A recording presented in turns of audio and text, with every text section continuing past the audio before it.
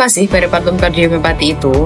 Peripartum kardiomiopati ataupun juga dikenal dengan PPCM merupakan kelainan jantung idiopatik berupa disfungsi sistolik dan adanya simptom gagal jantung pada masa akhir kehamilan dan beberapa saat setelah melahirkan. PPCM tidak memiliki sebab lain yang mengancam maternal, tetapi memiliki risiko yang cukup tinggi terhadap morbilitas dan juga mortalitas postpartum. Nah, tadi kan kita udah tahu nih apa itu PPCM. Sekarang apa sih penyebabnya?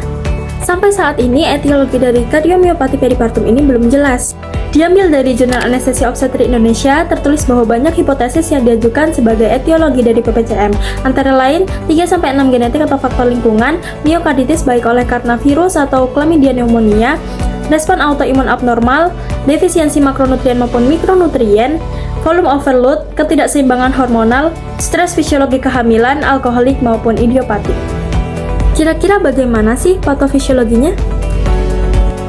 Nah, selanjutnya saya akan membahas patofisiologisnya nih teman-teman. Jadi, selama masa kehamilan, hormon prolaktin itu memiliki kadar yang cukup tinggi. Nah, serta pada masa stres oksidatif yang tinggi, enzim katepsin D ini dapat memecah prolaktin utuh menjadi fragmen 16 KDA. Nah, fragmen ini tuh punya efek yang merugikan bagi jantung. Nah, kemudian terjadi juga disfungsi endotel dan kardiomiosit karena kadar SFLT1 yang tinggi dan bersifat toksik untuk endotel ini mengakibatkan kerusakan dan disfungsi pada jantung. Nah, selanjutnya kita akan membahas tentang gejala dan tanda.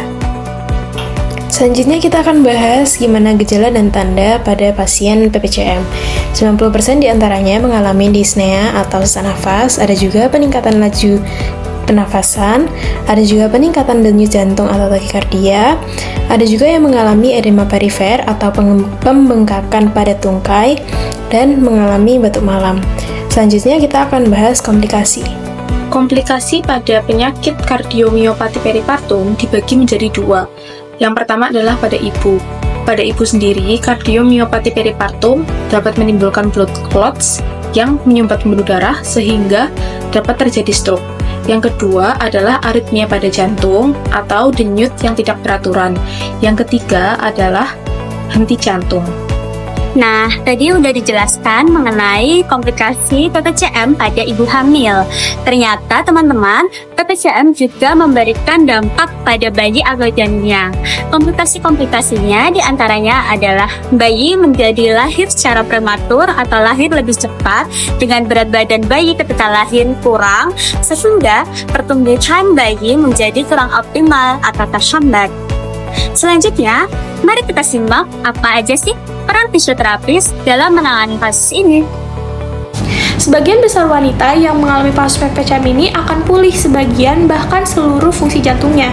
Tapi, pemantauan dan juga pemeriksaan lebih lanjut harus tetap dilaksanakan. Pemulihan PPCM ini berarti perbaikan fungsi jantung, khususnya pada fraksi ejeksi ventrikel kiri yang melemah pada kondisi ini. Meskipun faktor-faktor penyebab PPCM merupakan respon fisiologis normal yang tidak dapat dicegah sepenuhnya, fisioterapi memiliki peran untuk membantu menjaga kesehatan kardiovaskular dan juga mengurangi resiko-resiko terjadinya PPCM di ibu hamil.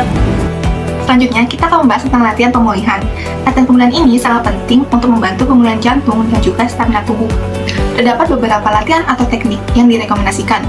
Yang pertama yaitu latihan aerobik terstruktur, di mana latihan ini meningkatkan kapasitas kardiovaskular secara bertahap. Untuk jenisnya yaitu jalan cepat, treadmill ringan, dan juga sepeda statis.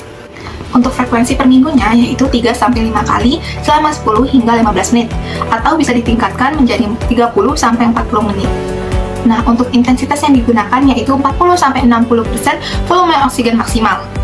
Yang kedua yaitu teknik manual lymphatic drainage, di mana teknik ini dapat memperlancar aliran limfa. Teknik yang digunakan yaitu gerakan halus yang menyesuaikan arah limfatik. Frekuensi per minggunya yaitu 3-5 kali dengan durasi 20 hingga 30 menit, di mana setiap langkahnya dapat diulang sebanyak 10 hingga 15 kali. Yang ketiga yaitu latihan aerobik intensitas sedang. Latihan ini dapat meningkatkan volume oksigen maksimal dan juga efisiensi jantung. Jenis latihannya ini seperti latihan aerobik pada umumnya. Contohnya sepeda statis, jalan cepat, dan juga berenang ringan. Tapi untuk frekuensi per minggunya yaitu 5 kali dengan durasi 30 hingga 45 menit per sesinya. Intensitasnya pun juga ditingkatkan menjadi 50 hingga 70% volume oksigen maksimal. Meskipun perubahan ini nggak bisa dicegah total, namun fisioterapi bisa bantu banget dalam proses adaptasi jantung. Tujuan latihan adaptasi ini untuk menjaga sirkulasi darah tetap lancar, menguatkan otot jantung, dan meningkatkan daya tahan kardiovaskular pada ibu hamil.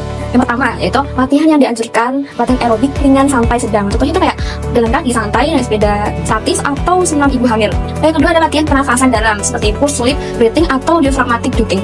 Nah, yang ketiga adalah latihan mobilisasi pergerakan ringan, misalnya gerakan tangan dan kaki ringan yang bisa dilakukan sambil duduk atau berdiri. Yang keempat adalah latihan progresif bertahap kalau kondisi jantung sudah stabil. Biasanya berupa latihan interval ringan yang disini istirahat pendek.